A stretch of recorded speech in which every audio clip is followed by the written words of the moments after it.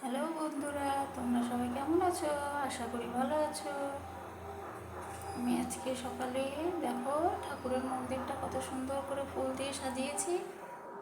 আজ বৃহস্পতিবার, তাই একটু সকাল সকাল উঠতে হয়েছিল। তার জন্য আমি সব কিছু তাড়াহুড়োতে মন্দিরটা সাজিয়েছি। তোমাদের কেমন লাগলো? ভালো লাগলে অবশ্যই কমেন্ট, শেয়ার, লাইক করবেন। আশা করি মা লক্ষ্মীর প্রতিমাটা খুব সুন্দর লাগছে আপনাদেরকে। এই দেখো ভোলে বাবাকেও সাজিয়েছি, গোপাল।